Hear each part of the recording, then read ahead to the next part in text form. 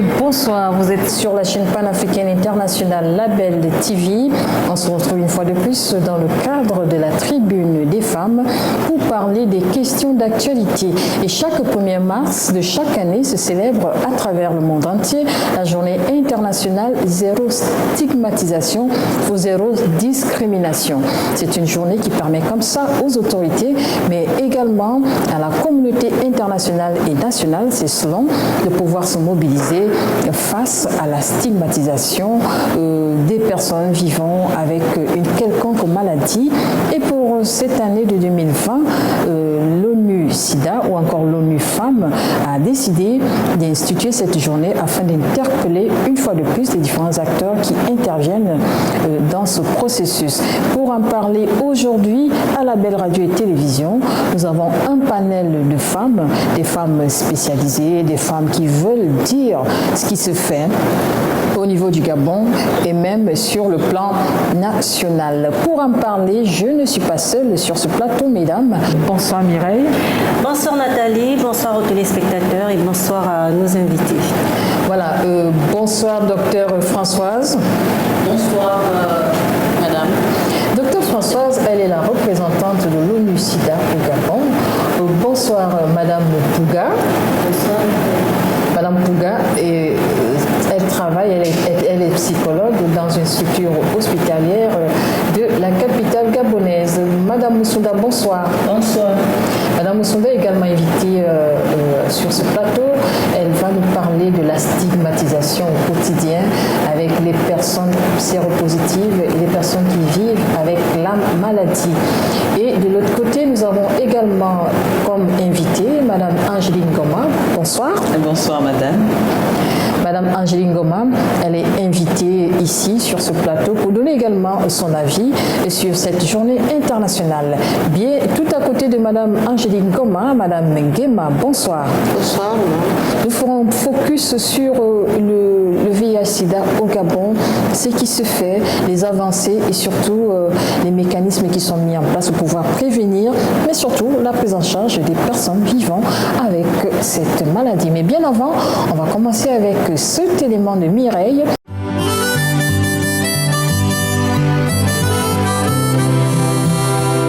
La communauté internationale, à travers le programme des Nations Unies sur le VIH-Sida, l'ONU-SIDA, organise tous les ans, le 1er mars, la journée zéro discrimination. En vertu de la Déclaration universelle des droits de l'homme, des traités sur les droits humains, de l'agenda 2030 pour le développement durable et d'autres obligations internationales, les États ont l'obligation morale et légale d'abroger les lois discriminatoires et d'adopter des lois qui protègent les individus contre la discrimination. Cette journée est donc universelle. La journée zéro discrimination ne se limite pas au VIH ou aux problématiques de santé. Son objectif est de mettre en avant les problèmes liés aux discriminations. Durant cette journée, l'accent est mis sur l'urgence d'agir contre les lois discriminatoires. Le thème de la journée zéro discrimination 2020 est zéro discrimination à l'égard des femmes et des filles. L'année 2020 est importante pour les femmes et les filles. 2020 est émaillé de rencontres depuis la conférence de Beijing et la commission de la condition de la femme en mars jusqu'à la session de haut niveau de l'Assemblée générale de l'ONU en septembre. Cette journée permet de sensibiliser aux problèmes liés à la discrimination à l'égard des femmes et des filles, faire émerger une volonté politique et apporter un soutien aux actions visant les discriminations à l'égard des femmes et des filles. Les discriminations et les inégalités entre les sexes entravent fortement la vie des femmes et des filles, mais aussi la riposte au sida.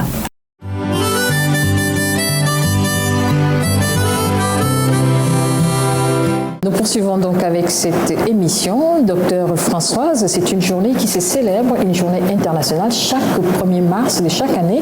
Et en 2020, on a parlé de la journée zéro discrimination à l'endroit des femmes et des filles. Déjà, pourquoi une telle journée? Est-ce que c'est nécessaire d'en parler? Est-ce que le phénomène est réel? Oui, je vous remercie. Comme vous le savez, la discrimination est une réalité dans la plupart des pays. Et on s'est rendu compte au niveau de l'ONU-SIDA que à cause de la discrimination, on ne peut pas arriver à l'élimination du VIH. Parce que si une personne a peur d'être discriminée ou stigmatisée, cette personne-là aura peur de faire son test de dépistage, de prendre son traitement. C'est pour cela que dans les 3 zéros, il y aura toujours le zéro discrimination. Et cette journée a été instaurée pour vraiment appeler tous les acteurs pour qu'ils puissent être donnés leur pierre à l'édifice. Et c'est pas uniquement quand je regarde, c'est pas uniquement dans le cadre de la lutte contre le sida, mais c'est toutes les discriminations qui peuvent nuire au niveau de la société. Et cette année, comme vous le voyez, le thème de l'année, c'est zéro discrimination à l'égard des filles et des femmes. Et c'est d'une manière générale, non pas seulement ceux qui vivent avec le VIH, mais c'est plus particulièrement celles qui vivent avec le VIH. Alors, quand on parle de discrimination, Madame Moussunda, vous êtes invitée sur ce plateau. Il s'agit de quoi? Ça se manifeste comment? Oui, normalement, c'est un rejet. Parce que une fois qu'on te discrimine, c'est que tu es rejeté même par ta propre famille, par l'entourage. Ouais. Parce que vu la maladie que tu portes, ils se disent qu'ils seront contaminés et ils ne savent pas comment même tu as eu à contracter la maladie. Ils vont te culpabiliser, ils vont te dire beaucoup de paroles et c'est ce qui fait en sorte que tu te renfermes en soi et tu ne peux plus sortir, parfois même être au milieu des autres, des autres, tu ne peux plus. Tu te dis que non, du moment où, parfois même c'est les paroles verbales qui viennent vers toi, parfois même c'est des gestes. Moi j'ai subi ça quand j'avais sur mon statut sérologique et quand je l'ai annoncé ça à mes parents, mais on me poussait l'assiette avec du bâton, ne pas attraper mon assiette, j'avais mon assiette à part, j'avais mon verre à part, vous voyez, c'est traumatisant ça, au sein de la famille même, où tu as confiance, on te le fait. Le tombeau est déjà creusé, parce que quand tu vas mourir, ils ne vont même pas te toucher avec leurs mains, je sais pas. Mais est-ce qu'il n'y a pas aussi quelque part de la part des personnes vivant avec le VIH-Sida, notamment les femmes et les filles, une autodiscrimination? Parce que beaucoup n'acceptent pas leur statut et se mettent, je dirais, peut-être volontairement en marge de la famille, de la société. Oui, pour ceux qui n'acceptent pas leur statut sérologique, vous savez qu'au départ, l'annonce a été très mal faite. Parce que l'annonce a été dite seulement par voie sexuelle. Donc, beaucoup n'ont pas su que en contractant la maladie du VIH, c'est pas seulement par voie sexuelle. Bien sûr, c'est la voie principale, mais c'est pas seulement par voie sexuelle. Et comme c'est rentré, dès que tu as ça, c'est fini, on te dit, tu es allé faire de la prostitution. Vous voyez la personne qui ne se reconnaît pas dans la prostitution, se sent tout de suite... frustré, frustré et tout. Bon, maintenant, quand tu vas maintenant le dire, ils vont dire, ah voilà, elle est allée au bord de mer faire la prostitution. Vous voyez ce que ça fait? Parce que l'annonce au départ n'a pas été bien faite.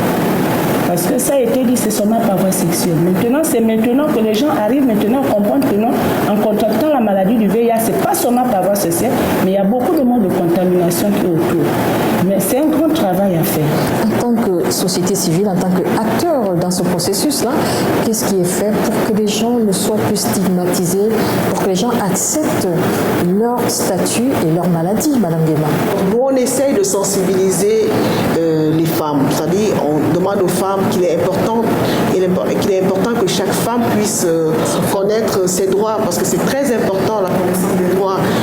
Et qu'une femme, montrer aux femmes qu'elles devraient rester dans un foyer par choix, mais pas par obligation. Et que la loi lui donne la possibilité, effectivement, lorsqu'elle se sent en danger, de pouvoir saisir les tribunaux pour quitter ce mari-là qui la met en danger ou qui met sa famille en danger. Est-ce qu'aujourd'hui, il y a des mécanismes qui sont mis en place pour qu'il y ait une large diffusion afin que tout le monde soit informé de ce qui doit être fait concrètement? Il y a longtemps déjà, dans les mesures de prévention et de vulgarisation prises par l'ONU-SIDA, accompagnées par les différents départements ministériels, des structures ont été mises en place pour justement aller au plus profond de de nos cités, de nos localités, pour interpeller les uns et les autres. Des programmes de lutte contre les maladies sexuellement transmissibles, les IST, ont été mis en place. Des directions générales de lutte contre le VIH, SIDA et autres ont été aussi mises en place. Des pères éducateurs ont été formés, des associations ont été sensibilisées. Donc on peut se dire que oui, en ce qui concerne les mesures préventives, il y a eu effectivement des actions qui ont été menées. Mais pourquoi, près de 10 ans, 15 ans, 20 ans après, on en est encore à se poser des questions, à regarder l'autre comme si c'était un monstre, à voir la personne atteinte de VIH-Sida comme une personne marginale, alors que l'évolution sanitaire est là, puisque maintenant il y a des soins, il y a un accompagnement qui est fait. Oui, c'est vrai que les mesures qui ont été prises ont amené les uns et les autres à considérer le VIH-Sida comme toute autre maladie, à ne plus rejeter son compatriote, à ne plus mettre à l'écart son frère, sa soeur, son père, sa mère et toute autre personne, parce que laissez-moi vous dire que s'il était écrit sur le front de tout un chacun que attention, si tu vas là, tu vas attraper la maladie, et comme l'a dit madame tout à l'heure, c'est vrai que la voie la plus facile de transmission est la voie sexuelle, mais on en est arrivé aussi à sensibiliser les autres partenaires que sont des personnes responsables, propriétaires de salons de coiffure par exemple, que ce soit le personnel médical, parce que soignant quelqu'un, tu peux par inadvertance te faire piquer et donc forcément attraper aussi la maladie.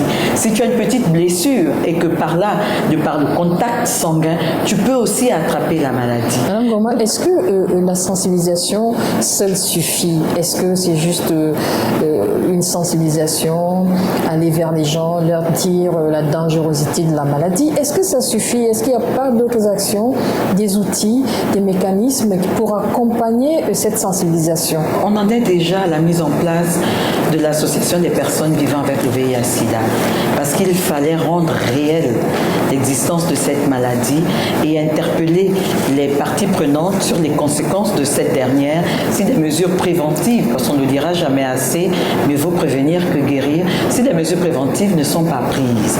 Et une personne atteinte du VIH-Sida, si déjà n'est pas soucieuse de son état de santé, peut se recontaminer et continuer à contaminer les autres. Donc même si elle est sous antirétroviraux, peut avoir une déformation du virus dans son organisme et aller à une phase extrêmement délicate pour son état de santé. Oui, vous le dites si bien, que des mesures ont été prises, mais on se rend compte que le regard de l'autre, le fait de ne pas accepter sa situation, de toujours dire que ce n'est jamais naturel et que la culture prend deux fois le dessus sur certaines données, on fait en sorte que, quelles que soient les mesures médicales qui ont été prises et mises en place, on a l'impression que l'on fait, mais que l'on ne fait pas assez. Et c'est pour cela que je dis, et que la pédagogie nous l'enseigne, qu'il n'est pas trop tard de répéter, il n'est pas trop tard de continuer à sensibiliser. Nous avons passé, pour plusieurs d'entre nous, près de 10 ans, 15 ans, sur voire 20 la sensibilisation. Ans, sur la sensibilisation, sur le fait d'interpeller. Mais on se rend compte que malgré le taux de prévalence ne cesse d'augmenter. Ne cesse d'augmenter et les statistiques vous seront certainement communiquées. Vous dire qu'il y a des poches de résistance au niveau du Gabon dans certaines provinces où les cas sont plus élevés que d'autres. Parce qu'il y a eu un laisser-aller. C'est peut-être parce que nous, en tant que parents, nous n'avons pas eu ce regard bienveillant, ce regard protecteur qui veut que le foyer, qui est aussi un moyen, un lieu de sensibilisation et d'éducation, le devienne réellement. Il y a eu des sensibilisations par la société civile, le milieu scolaire s'en est mêlé, des structures éducatives ont été mises en place, parce qu'il y a eu des commissions, des comités de lutte contre le VIH-Sida dans les départements ministériels. On ne parlait que de celui très actif du ministère de l'Éducation nationale, mais même dans le secteur privé, on l'a mis en place.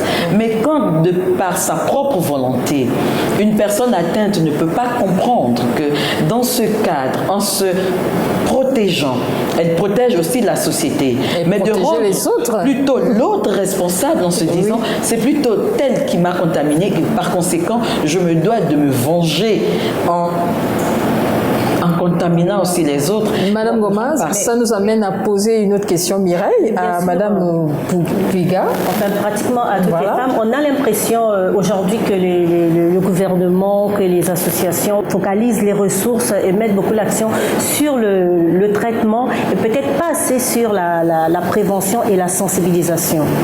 Nous allons parler, des milliers de téléspectateurs vont suivre ce que nous sommes en train de nous dire aujourd'hui, mais combien vont se dire, tiens, j'ai été interpellée, ce message véhiculé par toutes ces femmes, quel que soit leur rang social, quel que soit leur niveau d'éducation et de formation, m'invite à aussi faire attention et qu'aujourd'hui, les médias aient pu consacrer encore du temps à nous interpeller, mérite qu'on s'y accorde. Sur 10, vous me direz peut-être qu'il n'y en a que 2, il n'y en a que 3. C'est vrai que c'est déjà ça de gagner, mais on voudrait qu'il y ait un peu plus de personnes. Donc, soyons réceptifs à ces différents messages. Madame si nous Goma, ne le sommes pas aujourd'hui, on peut l'être demain. Oui, Madame Goma. Vous recevez au quotidien ces personnes malades, ces personnes qui viennent pour le dépistage et parfois ces personnes qui viennent pour un counseling. Vous êtes psychologue en milieu hospitalier. Comment ça se passe? Est-ce que vous pouvez rapidement nous parler de votre CTA, des statistiques par exemple? Tout à l'heure, Madame Goma parlait de l'impact de la culture sur la mentalité de la personne, sur la mentalité des populations. Il s'agit des populations et chacun a une conception de la maladie au-delà des campagnes de sensibilisation qui vont se multiplier à chaque fois. Et tant que la racine n'a pas été traitée, le reste ne marchera pas. Lorsqu'on fait des sensibilisations, il y a des personnes qui sont réceptives et d'autres qui ne le sont pas. Ces personnes qui ne sont pas réceptives sont celles qui, on va dire, qui influencent négativement l'opinion de ceux qui également se retrouvent dans ce contexte-là. Donc aujourd'hui, la stigmatisation est encore un problème au-delà de tout ce qui a déjà été fait par le gouvernement en termes de sensibilisation et qui n'a pas encore cessé. Alors, le problème est au niveau de l'ignorance aussi, si je veux le dire, parce que la stigmatisation est due à l'impact de cette ignorance au niveau de la société. Beaucoup de personnes, malgré les sensibilisations, on va répéter, comme dit Madame Goma, la répétition vraiment est très importante. Beaucoup de personnes ont du mal à comprendre les modes de transmission du VIH. Beaucoup de personnes. Il y en a qui se braquent et qui continuent à penser que le VIH-Sida, c'est la maladie du sexe. Dans notre vécu, comme l'a dit Madame Moussouda, dans nos pratiques, il y a des personnels soignants qui se retrouvent infectés par des accidents d'exposition. Le personnel soignant peut se retrouver infecté, comment ça se passe? Dans la manipulation, en administrant un soin, comment ça se passe? Oui, à travers en administrant les soins, dans la manipulation. Je prends le cas d'un infirmier qui va prélever une personne infectée VIH. On a dit que parmi les modes de transmission, il y a l'exposition au sang, donc à travers l'usage des objets souillés.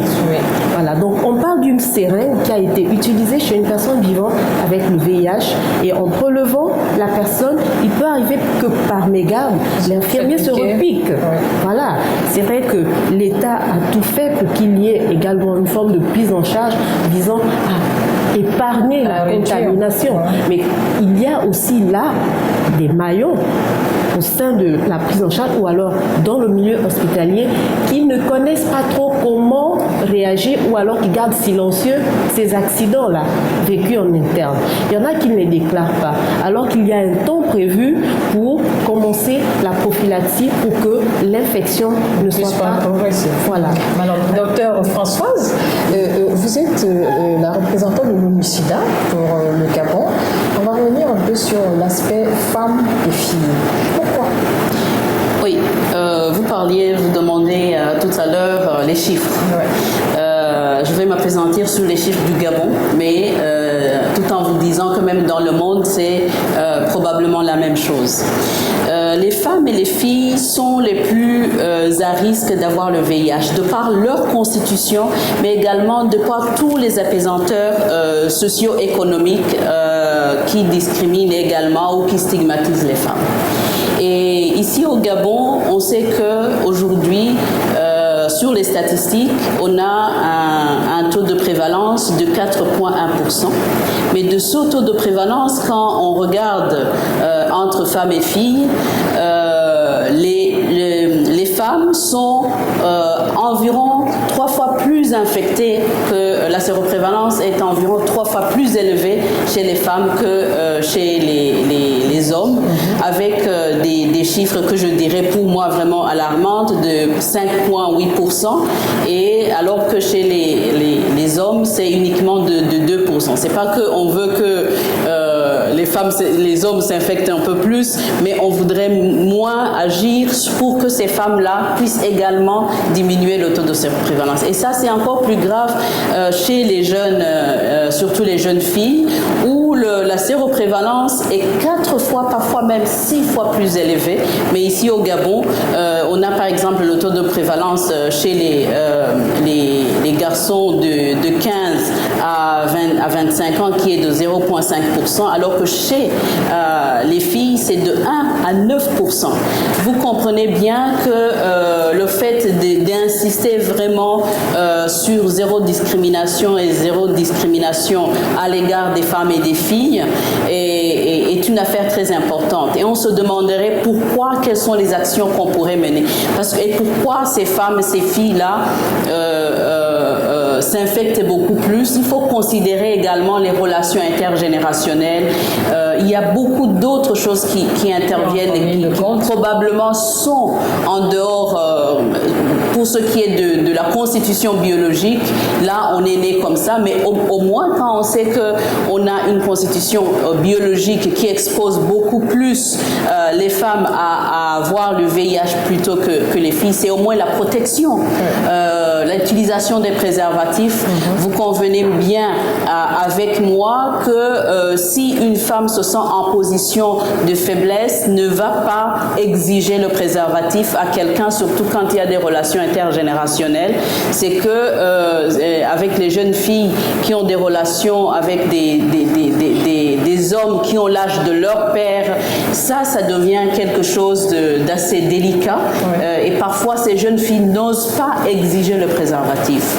Et je pense que vous avez demandé à Madame Ngoma par rapport aux lois. Les lois sont très claires, mais c'est la pratique, le problème au niveau de la pratique.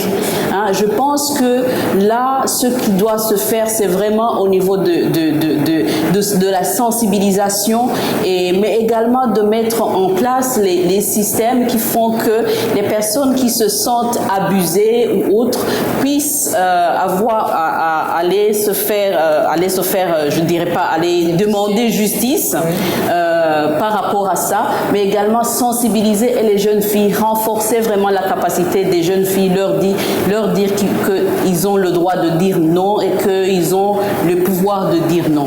Donc il y a tout ça, sans aller beaucoup plus encore dans d'autres détails, mais on se rend compte que les chiffres que nous avons actuellement nous montrent que la jeune fille et la femme sont beaucoup plus vulnérables vis-à-vis du VIH. Mais justement, par rapport à cette journée zéro discrimination, pourquoi ne pas justement engager des actions en synergie avec la psychologue Madame Pouga, Madame Moussunda, qui peut plus facilement peut-être sensibiliser les femmes et les filles atteintes du VIH, Madame Ngema pour la société civile, Madame Ngoma, toutes ces actions comme ça en synergie peuvent peut-être donner quelque chose de positif. C'est ce que je disais tout à l'heure. Je pense que ces actions-là, on parle de la sensibilisation, mais je pense déjà que ce qui est déjà mis en place donne une plateforme d'une action synergique. Et je pense que Madame Ngoma peut encore... Avant Madame Ngoma, on va aller vers Madame Ngema qui parlait de sensibiliser, qui parlait d'actions qui sont menées vis-à-vis des populations.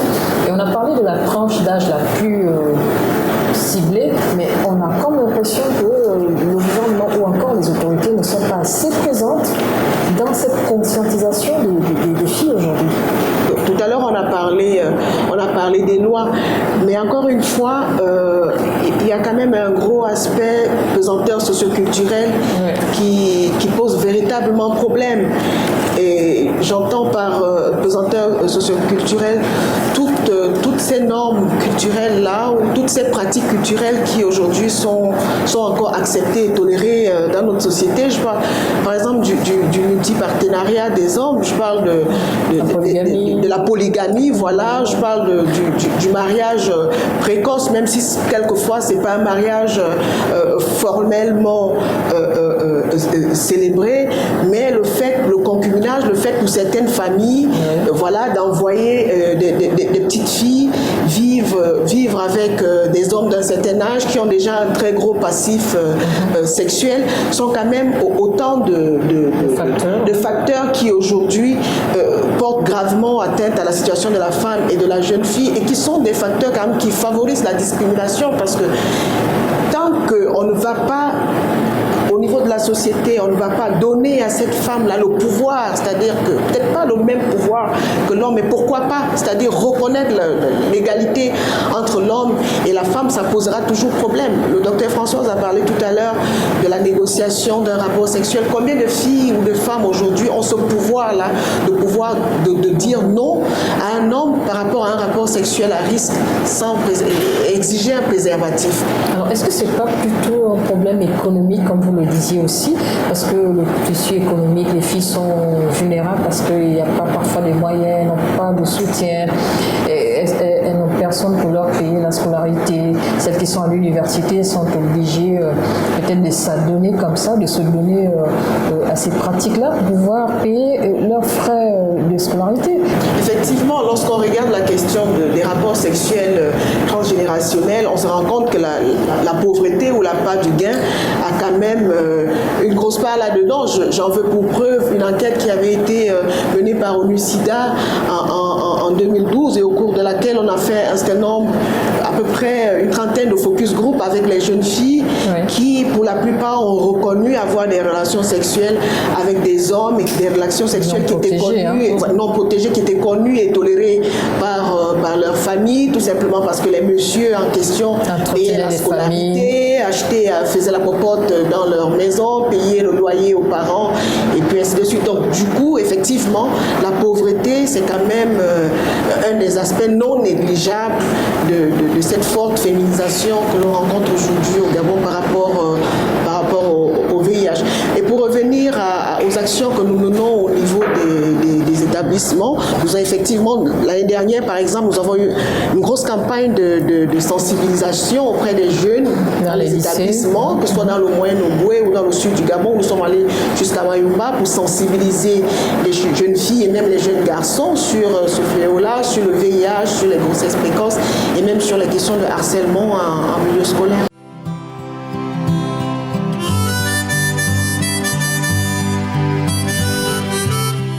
Alors, elle a parlé de Mayumba, elle a parlé de Tibanga, de l'intérieur du pays. Le Gabon, c'est 9 provinces et plusieurs départements.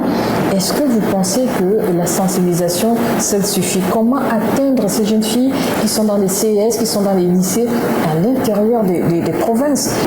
Je pense qu'en termes de prévention et en termes surtout d'appui et des actions qui se mènent partout, il faut dire qu'on a diminué en termes vraiment par rapport à ce qui se faisait dans le passé.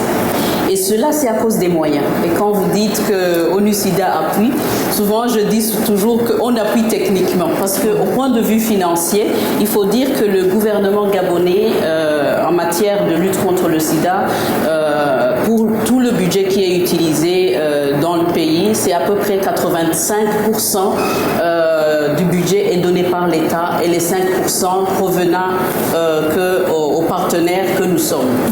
Donc, sur base de ça, vous comprenez bien que déjà, l'apport, il faudrait que dans ces 85%, qu'il y ait une grosse part qui pourrait aller au niveau de la prévention. Mais malheureusement, comme vous le savez également, on parlait des taux de séroprévalence, des dépistages qui ont été faits. Le nombre de personnes vivant avec le VIH a triplé depuis 2012 à 2018. Ceux qui connaissent leur sérologie, qui sont sous traitement. On était aux environs de 12 000. Aujourd'hui, on est à 30 36 000 personnes qui sont sous traitement. Donc le budget de l'État est souvent utilisé alors pour beaucoup plus acheter les médicaments. Et donc la partie vraiment prévention est aujourd'hui, je dirais, sans assez de laisser pour compte.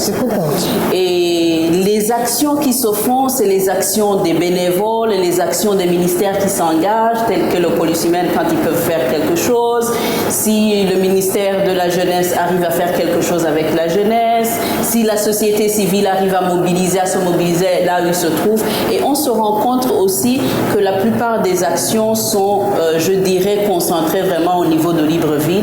Mais il y a également des actions qui se font à l'intérieur du pays, mais qui sont probablement assez méconnues. Dernièrement, je sais que j'avais eu la chance d'aller parler aux députés et on a discuté de cette question. Et maintenant, quand il y a eu la vacance des parlementaires, j'ai eu au moins 3 ou 4 députés qui me disaient est-ce qu'on peut avoir des outils pour que nous puissions les utiliser maintenant que nous allons en vacances parlementaires pour aller chez nous, pouvoir sensibiliser. Ça, c'était déjà quelque chose de très bien. Mais je dirais qu'en termes vraiment d'outils également, de budget pour la prévention, on n'est pas très nantis. Et ça va également avec la lutte contre la discrimination et la stigmatisation. C'est là où je veux mettre le lien parce que tout est autour de la sensibilisation. On sensibilise pourquoi? On sensibilise pour qu'il y ait beaucoup plus de dépistage. On sensibilise pour qu'il y ait beaucoup plus de prise de traitement correcte. Et pour aller encore plus en profondeur, sans dépistage, on ne peut pas être traité et ainsi de suite. Mais il y a également peut-être l'action des personnes vivant avec le VIH qui, dans d'autres pays, a apporté beaucoup. Parce que là, les associations, les réseaux des personnes vivant avec le VIH sont très forts parce qu'ils ont des moyens. Ils ont des moyens qui leur sont octroyés par les donateurs et parfois par l'État. Mais on peut se dire que le manque de moyens aussi peut limiter les actions sur terrain. Mais il y a quand même des actions qui peuvent être faites sur le terrain. Au Gabon, il y a beaucoup d'ONG féminines et justement, pourquoi ne pas aller vers ces ONG, ces associations de femmes, justement pour des actions de sensibilisation. Je ne sais pas si sur le territoire, Madame Moussonda, il y a par exemple une association des femmes vivant avec le VIH-Sida qui peut justement comme ça peut-être mener des actions cette journée. Quand les associations n'ont pas le moyen, c'est pas facile d'aller sur le terrain. Parce que s'il faut aller, par exemple, sensibiliser dans les provinces, il faut avoir les moyens d'abord de locomotion, l'hébergement, le matériel, tout ça. Donc c'est un peu difficile. C'est la partie là qui bloque même les activités. Mais est-ce qu'il y a une association de femmes vivant avec le VIH-Sida sur le territoire? Oui, puisque moi j'ai déjà mis une association des femmes positives du Gabon. Mais actuellement, nous sommes en cours pour la légalisation, pour régulariser au niveau du ministère de l'Intérieur. Donc, une fois que ça va voir le jour, c'est ce que je vous disais, c'est maintenant le problème de moyens pour nous de porter, être plus proche de la communauté. Parce qu'il faut aller les trouver là où ils habitent pour les sensibiliser. Il ne faut pas attendre qu'eux ils viennent pour comprendre le message. C'est vous qui allez les apporter le message là où ils sont. Parce qu'il y a d'autres qui n'arrivent pas même à sortir dans les départements, par exemple. Les personnes qui sont dans les villages, si vous n'allez pas vers eux, ils ne peuvent pas savoir qu'est-ce que le VIH, comment attraper la maladie, ainsi de suite. Donc, c'est vous qui allez vers la population. Donc, l'accent doit être mis, les ressources, plus de ressources sur la sensibilisation. Voilà. Si aujourd'hui, le taux de fréquentation a baissé au centre de traitement ambulatoire, c'est justement à cause du regard de l'autre. Pour toutes les personnes qui allaient, deux fois pour se renseigner, étaient tout de suite étiquetées comme étant personnes atteintes, donc rejetées par sa communauté.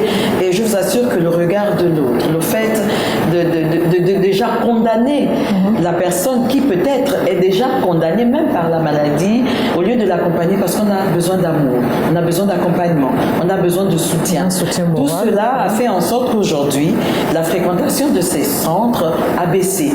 À côté de ces moyens de lutte contre la discrimination, le docteur parlait tout à l'heure des mesures préventives qui doivent être mises en place et en mettant l'accent sur on l'appelle couramment, bien évidemment, sur le condom. Oui, le condom, préservatif. Ouais. Mais le préservatif doit être mis à disposition. Or, si aujourd'hui, on ne l'a pas et on sait l'usage qui en est fait par toute personne en âge d'avoir des rapports sexuels, vous imaginez bien, elle va s'abstenir 1 minute, ça va s'abstenir 1 heure, 1 journée, mais par la suite, ça va être difficile. Oui. Donc, ça paraît simple. Et même quand on te voit avec un préservatif ou aller à la pharmacie, acheter les préservatifs, tout de suite les personnes se retournent comme pour dire cette personne doit être très active sur le plan sexuel. Mais la santé n'a pas de prix. Tu as mal à la tête, tu vas acheter un paracétamol en pharmacie, donc tu veux avoir des rapports sexuels protégés, tu vas à l'endroit où on te les met à disposition et tu te les procures. Il y a une organisation des personnes vivant avec le VIH au Gabon depuis plusieurs années. Et ces partenaires ont énormément aidé le gouvernement et la société civile à briser le mur pour emmener les uns et les autres à parler du VIH-Sida, à venir témoigner. Des télétons ont été organisés pour interpeller les uns et les autres sur les conséquences et l'existence de cette maladie dans notre pays. Mais encore au XXIe siècle, il y a des personnes qui acceptent de contaminer volontairement les autres sans prendre les mesures de protection. Et nous pensons encore une fois que cette journée est la bienvenue. Le docteur l'a dit tout à l'heure, il y a eu bien des journées de sensibilisation au niveau de l'Assemblée nationale. Il y a 143 députés, 143 circonscriptions politiques, oui, qui sont représentés et nous pensons que ce sont des partenaires clés pour véhiculer ce message de sensibilisation à chacune de leurs sorties. Oui. Ils le font, mais les outils de sensibilisation et de présentation peuvent manquer. Mais si déjà sur 10, on arrive à toucher le cœur de 2 ou 3, ce serait déjà quelque chose de gagné. La lutte que nous menons est multisectorielle et que quand on parle de moyens, les moyens de sensibilisation, mais il y a aussi à côté de ça les moyens économiques et les moyens d'apprentissage. Donc la jeune fille doit être éduquée. Autant elle doit être éduquée en milieu scolaire, elle doit l'être aussi sur le plan familial. La maman doit avoir l'espace nécessaire pour s'exprimer économiquement, quel que soit le métier qu'elle assume. La maman, le père, en un mot, la famille. C'est pour cela que le problème d'autonomisation économique de la femme a tout son sens et a toute sa place. Quand on parle des cours d'alphabétisation de foi, on a honte. On se dit, je ne sais pas lire, je ne sais pas écrire, je ne vais pas aller au cours et m'asseoir pour apprendre les IOA. Mais ça t'apprend justement à lire et à écrire. Ça t'apprend à t'en sortir face aux situations difficiles. Ça t'apprendra à suivre la scolarité de ton enfant et ça t'apprendra à éduquer aussi. Donc vous voyez, ce sont des préoccupations qui ont été émises depuis des années pour lesquelles nous avons pris le relais. Mais ce relais, nous devons remettre le flambeau à d'autres. Mais d'autres, c'est qui? Ce sont ces jeunes filles. Ouais. Ces jeunes filles, mais c'est aussi la société. Ouais. Mais ce sont les masses médias qui éduquent peut-être à outrance, où on démontre à une jeune fille qu'aujourd'hui, pour être respectée, il faut qu'elle ait un téléphone dernier cri. Il faut qu'elle ait la dernière tenue, la dernière coiffure. Mais qui a dit que pour pouvoir s'en sortir dans la vie, il faut avoir tout ce qui est dernier là. Si déjà vous n'avez pas le minimum, alors que la dignité, il n'y a rien qui puisse dépasser la dignité. Et ça, nous l'apprenons. Bien évidemment, dans nos familles, nous sommes pour la plupart issus des milieux, on peut dire, ruraux. Oui. Parce que nos parents n'avaient peut-être que cette volonté de nous mettre à l'école, voilà, de mettre à notre disposition le b.a.-ba. Mais la société a évolué tellement vite que nous n'avons pas su rattraper pour essayer de sensibiliser. Peut-être qu'il est temps aujourd'hui de se rattraper. Il n'est jamais trop tard. Je le dis encore qu'il n'est jamais trop tard. Oui. Et c'est pour cela que tous les partenaires internationaux et avec nous, nous nous mettons en place pour sensibiliser, pour condamner ceux-là qui n'ont pas compris que la limite de la liberté de l'autre commence là où, de ta liberté, pardon, commence là où s'arrête celle de l'autre. Et nous devons tous nous y mettre, pas seulement aujourd'hui. Ne pas attendre tout simplement les célébrations des journées internationales. Vous ne pouvez pas savoir le nombre de parents qui sont meurtris de par des actes, de fois volontaires et involontaires qui sont posés. C'est vrai que la pauvreté aujourd'hui peut être considérée comme un facteur de propagation du VIH et tout ce qu'on veut. Mais que faisons-nous de nos valeurs? Parce que la mère, c'est elle qui éduque. Et on a coutume de dire femme, de parler de la femme en tant que celle-là qui transmet les valeurs. Je pense qu'au-delà des questions de pauvreté et de tout ce qu'on veut, il faudrait qu'on puisse, que la société puisse s'interroger sur les valeurs qui sont les nôtres, la dignité de la femme. Parce que je veux bien qu'on parle de pauvreté, mais je vous ai parlé tantôt d'une enquête de l'ONU-SIDA qui a montré qu'il y a même des filles qui sont issues de milieux favorisés, mais qui se permettent de faire de la prostitution déguisée avec des hommes qui ont des moyens. Et là, je pense qu'au-delà des questions de pauvreté, il faut également s'interroger sur les valeurs aujourd'hui que la société ou alors que les parents inculquent à leurs enfants. Et parler un peu de la question de la démission parentale. Parce qu'aujourd'hui, il y a des enfants, malheureusement, qui s'éduquent tout seuls parce que les parents ont démissionné. Oui, tout à fait. Donc, je rejoins la famille. Voilà. Et on espère que la société civile va continuer dans ce sens-là. Nous le faisons et nous allons continuer à le faire. Concrètement, docteur Françoise, quelle action l'ONU-SIDA va mener pour ce 1er mars 2020? Nous sommes en pleine action déjà. Nous sommes en pleine action et je ne vais pas aller dans les détails parce que nous avons dit que nous allons faire plusieurs actions, avec zéro budget. Et nous y sommes arrivés. Et nous y sommes arrivés parce que les femmes que vous voyez ici, ce sont les grands contributeurs. En fait, c'est même pas zéro budget parce qu'on s'est déplacé. C'est notre contribution. C'est notre contribution, c'est la contribution de tout le monde. Il y a plein de femmes ici qui se sont déplacées pour venir parler aux téléspectateurs qui vont écouter ici et dans le monde. Et on se dit que ça, c'est vraiment un investissement. Donc, les autres actions qui vont être menées, c'est aussi avec le réseau des personnes vivant avec le VIH. On n'a pas l'habitude de le faire, mais ils ont l'habitude de faire ce qu'ils appellent le repas communautaire. Donc, ils vont faire un repas communautaire où il y aura d'autres personnes affectées et d'autres invités. Et en plus de ça, vous savez, dans le pays, nous avons un problème d'accès à la charge virale. Tout simplement, comme elle le disait, ce problème-là, les personnes prennent les traitements, mais ils ne peuvent pas, c'est pas tout le monde qui a les moyens de pouvoir se procurer les moyens et aller faire le dépistage de charge virale. Et en parlant aussi avec des acteurs de bonne volonté, on a pu mobiliser pour une quarantaine de personnes vivant avec le VIH qui sont démunies, qui n'ont pas accès à cette charge virale. Et ça, c'est les gens de Rotary qui nous ont aidés à pouvoir accompagner une quarantaine de personnes vivant avec le VIH à faire cet examen de charge. C'est vraiment très petit parce que au Gabon, je vous ai dit qu'on a 36 000 personnes sous traitement. Et ces 36 000 personnes sont dans l'obligation de faire au moins un test par an. Mais aujourd'hui, on n'a même pas 50%, ce qui fait que le Gabon ne rapporte jamais le taux des personnes qui ont éliminé qui ont une charge virale indétectable. Oui. Et quand on ne le fait pas, c'est qu'au niveau du monde entier, on ne sait pas ce qui se passe au Gabon, on ne sait pas si vraiment on traite les personnes. Donc, de ce coup-là, on voudrait faire, bientôt ça sera une autre campagne qui va être faite, pour voir comment pouvoir remédier à cette situation.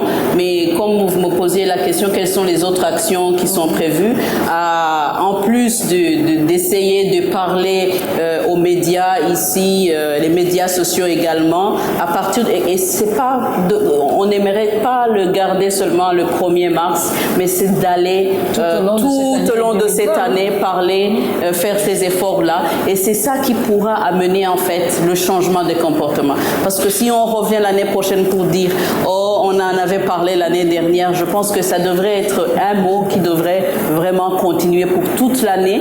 Et j'invite également aussi les médias, parce que je sais qu'il y a des médias déjà à qui j'ai demandé de faire des émissions pour informer. Ils m'ont dit madame, si vous ne payez pas, on va pas vous recevoir. J'ai dit si c'est ça, mais ici je voulais dire qu'on m'a pas fait payer.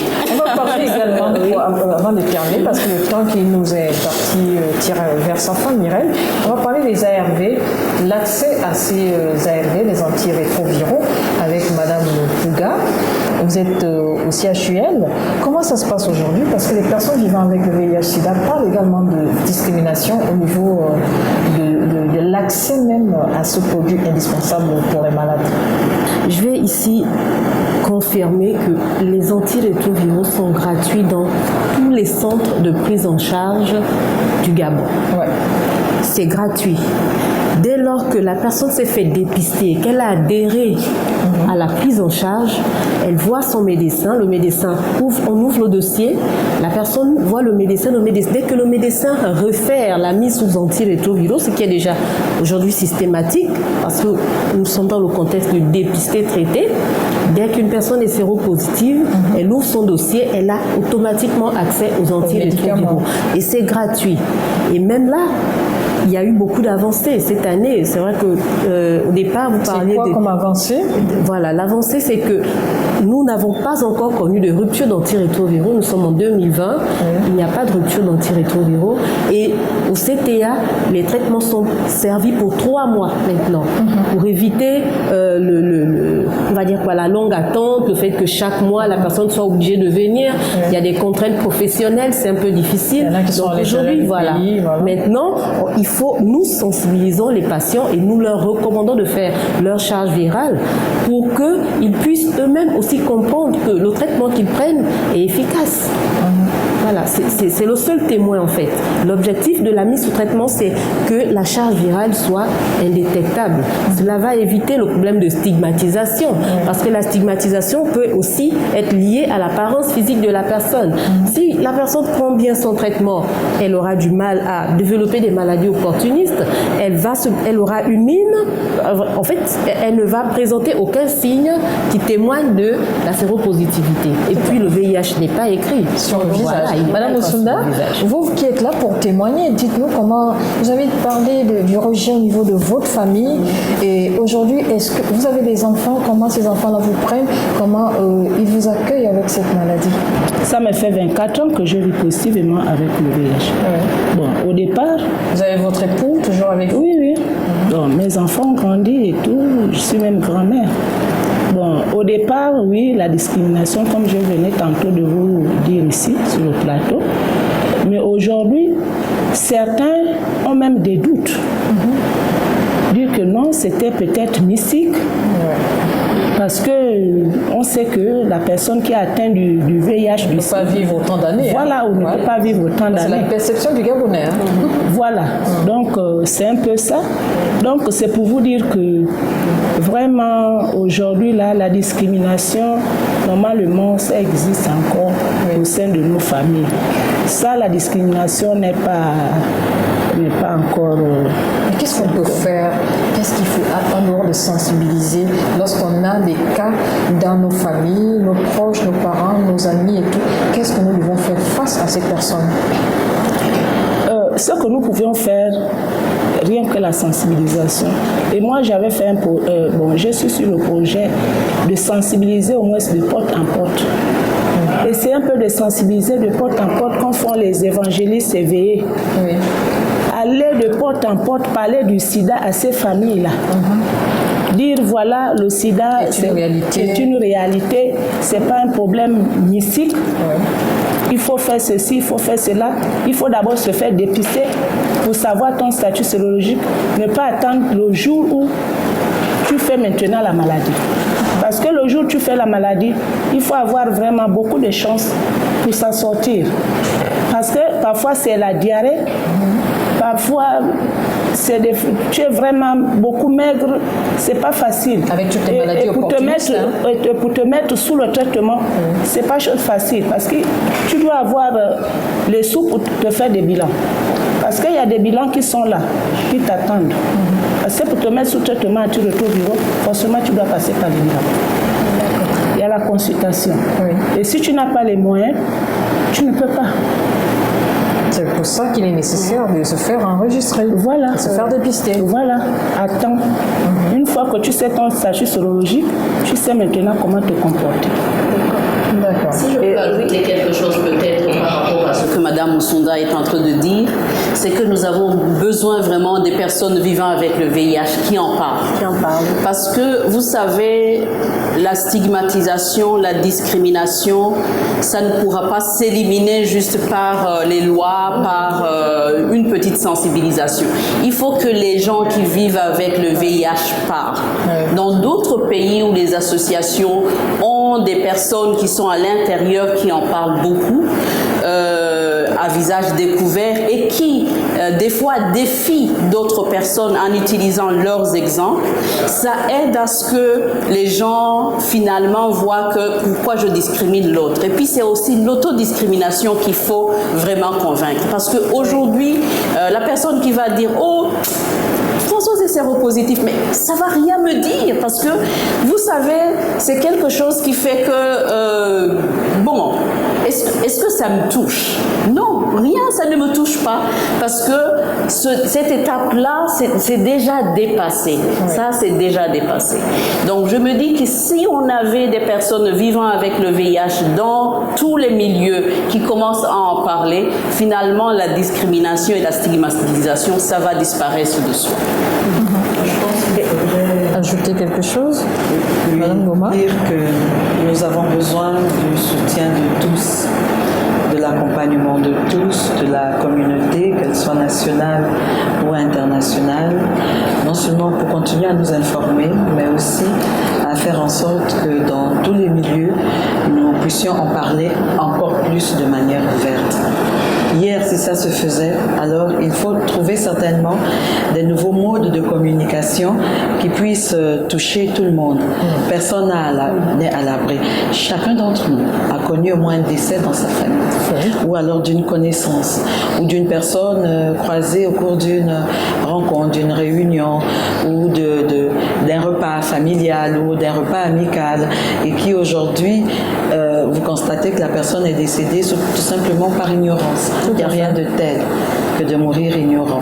Tout simplement parce que vous n'avez pas pris les devants, vous n'êtes pas parti cogner à la bonne porte, vous n'avez peut-être pas rencontré les bonnes personnes pour vous sensibiliser. La pratique est là, c'est vrai, mais il faut se dire qu'il n'est jamais tard pour bien faire.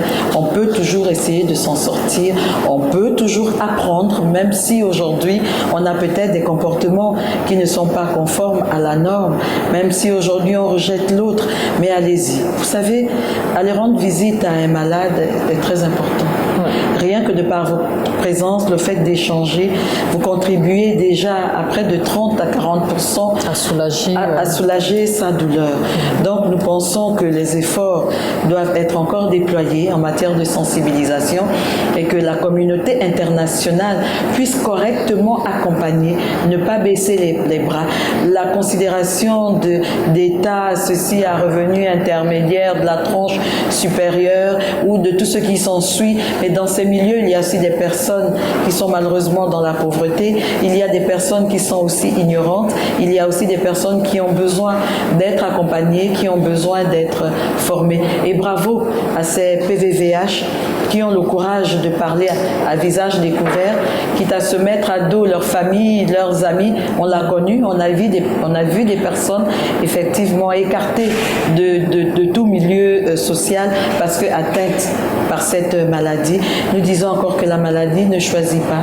Mais si nous nous comportons correctement, nous pouvons effectivement dire non, Sida, tu ne passeras pas par moi.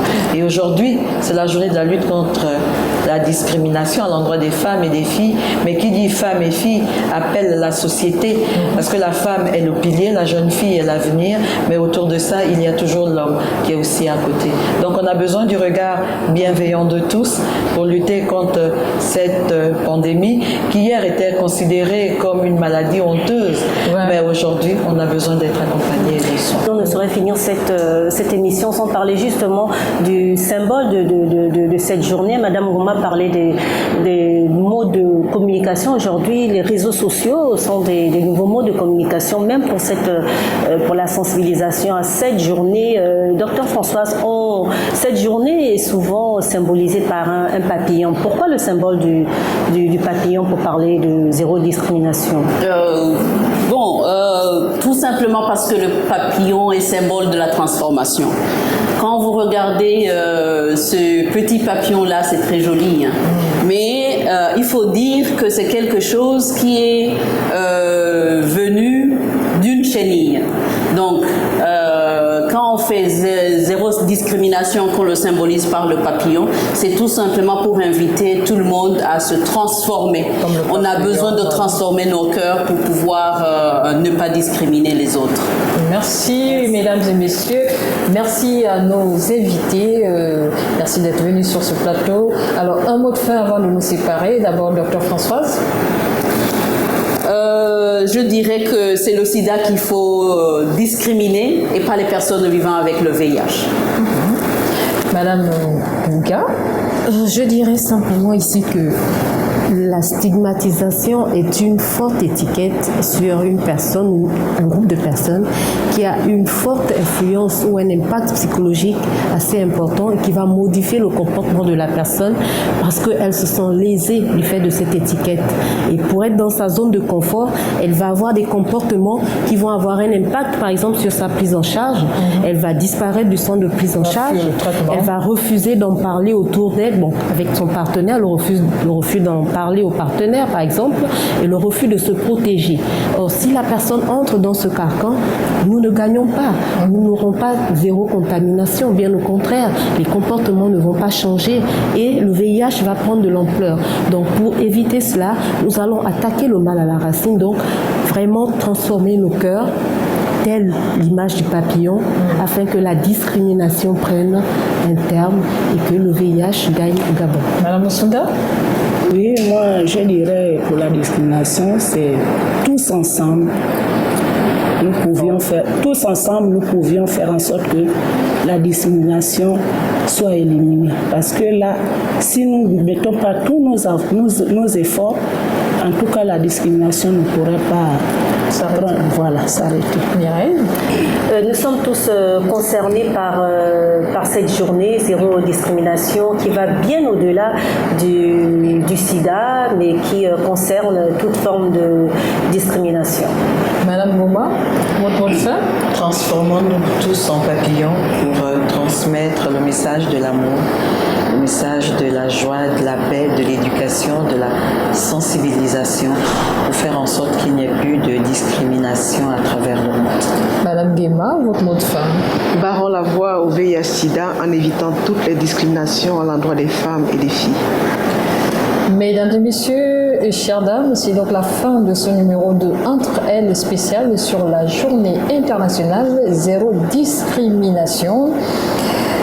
Envoyons nos parents, envoyons tout le monde vers le CTA, vers les structures hospitalières pour se faire dépister, mais acceptons également nos parents, nos amis qui souffrent de cette maladie pour mieux lutter contre la stigmatisation. N'envoyons pas les parents vers les gangas parce que c'est pour n'est-ce pas, accentuer la maladie. C'est la fin de ce numéro de Entre elles. Nous aurons plaisir à vous retrouver très prochainement pour un autre numéro. Bonsoir.